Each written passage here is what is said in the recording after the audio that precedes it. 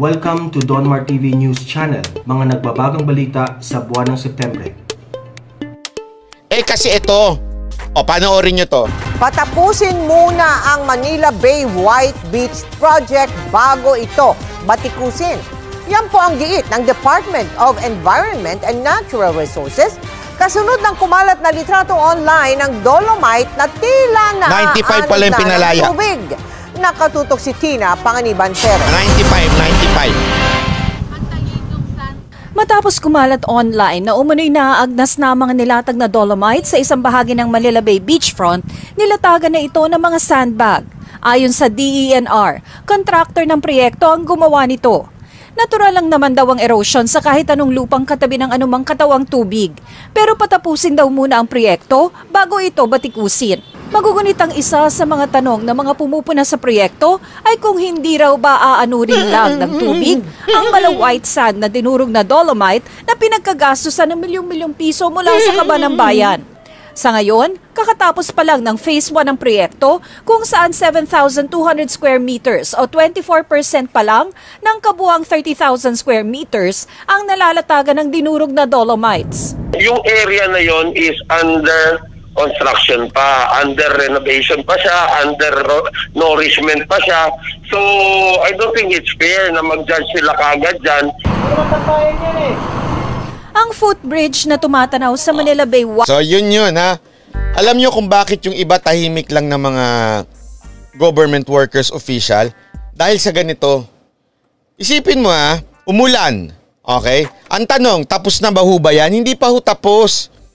Talaga natural sa bawat construction, kunwari may ginagawang bahay. O, di ba? Pag may ginagawang bahay, may makikita kang buhangin sa kalsada. Di ba? Doon nagmi-mix. Bawal na ba yun ngayon? Doon nagmi-mix, di ba? Siyempre, pag umulan, rin yon. Ibig bang sabihin, wag nang gawin yan? Yun yung sinasabi ni Yusek Yung sinasabi ni Yusek, sandali, natural, rin niya kasi hindi pa tapos. So, ang gagawin natin? Tigilan natin to, tigil na. Hayop yan. Wala rin din pala kasi umuulan O, lagyan natin ng cover. Hindi pa nga tapos natural, rin niya kahit anong construction.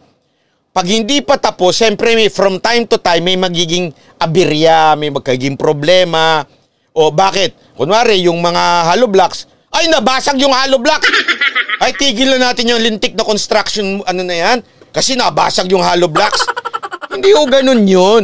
Kaya ang hirit ni Yusek, handali naman, patapusin nyo naman muna bago nyo komentuhan. Lahat na lang pangit sa inyo. Lahat na lang mali. Pag natapos na, tsaka nyo sabihin, may mali. O, ganun. Hindi pa nga, we're still under construction. Tulad din yan sa buhay. Ang lalim. Tulad din yan sa buhay. Sa buhay, di ba, minsan meron tayong kaugaliang pangit. May hindi tayong magandang kaugalian. Kasi nga, we're still all under construction. Kung ikaw mafu-frustrate ka na lang, palpak ako dito, mali ako dito, hindi ako marunong. Sandali.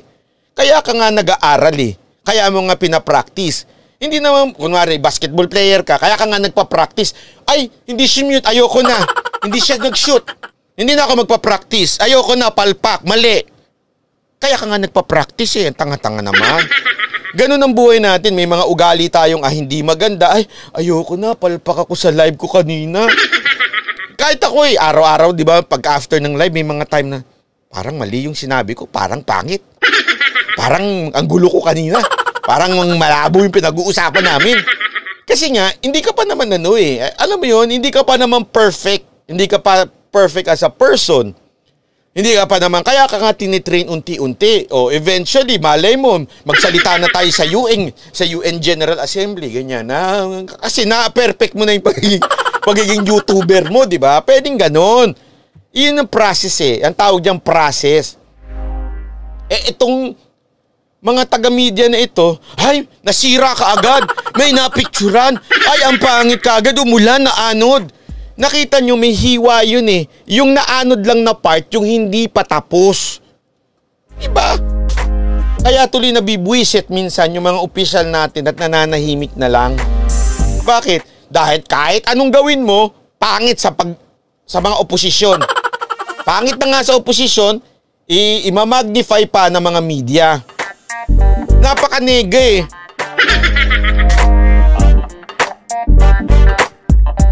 nga sa proseso, kaya ho kayo, ito, payo ko sa mga tao, yung mga nadidepress kayo, na-frustrate, di ba from time to time na-frustrate kayo dahil palpak yung ano, meron nga mga nag-aano sa akin meron mga humihingi ng payo sa akin tungkol sa YouTube. Sabi nila, bakit, Banat Bay, ganito ka, pag nag-live ka, umaabot ka ng 4,000, minsan 5,000 viewers pa, grabe ka, ganyan, trending ka, bakit kami pag ano, walang nanonood, ganyan. Alam mo Brad, okay, alam mo sis, o kung sino man, maraming ganyan, sabi ko, alam mo, ngayon, yung nakikita mo, yung ngayon na lang ko. Pero dati, ang dami kong nilabas na video, walang kwenta. Nilabas ko yung video, walang nanood. As in, wala talaga. Isipin nyo, ibig sabihin, it took me a while to understand and learn the algorithm of YouTube. Okay? It took me a time. Kaya wag ko kayo mga bagong YouTuber, wag ko kayo mafufrustrate na bakit pag si Banat Bay nagla-live madami, pag ganito, dami nagbibigay, hindi na nga ngayon, konti na lang. Hindi, biro lang ha. Hindi ba maraming ganyan, iba, bakit kami hindi? Kasi, ang tagal ko na ho dito. Remember, noon pang hindi pa uso ang Facebook, ang Mocha Girls nasa Facebook na. Bakit? Binan kasi kami sa TV. Bakit? Ang sexy daw, naghahalikan ng mga babae doon. Ay, dito biro ha. Gusto niyo ikwento ko sa inyo istorya? Nung lumabas yung iskandal na si Mocha nakipaghalikan sa ibang babae, ang dami nagban sa amin na media. I mean network. Ayoko na lang banggitin ha. Kasi daw hindi katanggap-tanggap ang babae at naghahalikan at babae. Pero pag lalaki, walang problema. Anyakig di. Ganun talaga. As in dati, ito dati pa to, nagbago na si Mocha ha. Dati merong R-rated movie si Mocha. Hindi na palabas. Bakit? Kita puwet niya. Ito, walang biro ito ha. Kita puwet niya. Hindi pinalabas sa movie, hindi pinayagan. Okay? Nagtaka ako sa manager. Sabi ko, puwet lang nakita. Lintik sa mga movie na mga kabaklaan. Pati yung nakikita. O, di ba? O. Di nyo natanong sa sarili niyo yan? Bakit noon, ang daming kabaklaan na kita yung yung nangiispadahan sila ng movie. Pero R-rated yun, ha? Yun din naman ang hinahabol na independent movie ni Mocha noon, eh. Okay lang maging R, basta ipalabas. Hindi pinalabas. Bakit? Nakita daw yung puwet. Sabi ko, puwet lang yan. Yun nga. Lumabat, Si Pototoy lumabas, Alam mo kung paano ko nalaman? Ay, paano ko, sabi ko, kaya pala, sabi ko. Paano baklang pari pala yung taga-MTRCB nun? Ay, hindi ako nagloloko nito, ha. Narinig ko dun sa isa sa mga producer, sabi niya, magpasensya mo na ba, kasi yung isa sa mga nag-regulate bakla na na pare. Ay, ito, hindi to biro. Sabi ko nga, pambihirang buhay naman ito. Kaya mula noon at hindi na kami tinanggap kasi hindi nakatanggap-tanggap yan. Okay. Sabi ko, noon yan ha, nagbago na si Mocha po.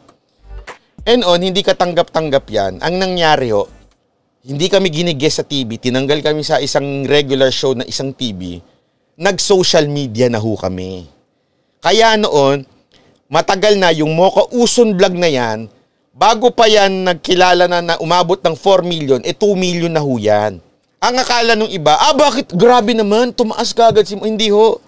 Mocha Girls, kaya ngayon 3 million na yan, kasi matagal na yan. Actually, naagaw pa nga yung isa As in, naagaw pa yung isa nun. So, matagal na kami. At ako, matagal na ako sa social media, kaya alam ko na yung takbo. Medyo. Hindi ako nagmamagaling, ha? Kaya wag kayong mawawalan ng loob. Kung feeling niyo bakit hindi ko maayos yung YouTube channel ko, bakit ganito, bakit ang hina ko, bakit ang bagal ko, ba't ang tagal ma-monetize, bakit ganito, it will take time. Akala kasi nung iba, bigla lang sumulpot si Banat Bay at nagkaroon ng 4,000 viewers. Hindi Pambira!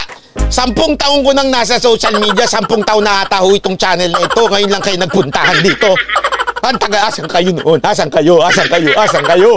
Ngayon lang kayo nagpuntahan dito. Napalitan ko lang yung pangalan kasi wala pang Barat-Bay. Yung Barat-Bay, bagong pangalan ko lang yan. Pero matagal na ho. Yun yung sinasabi natin. Ang problema ho natin sa mga oposisyon, sa mga media, hinuhusgahan na as early as now. Hindi pa tapos yung proyekto ni Pangulong Duterte, hinuhusgahan na.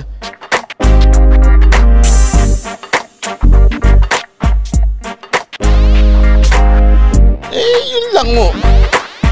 Ay nako.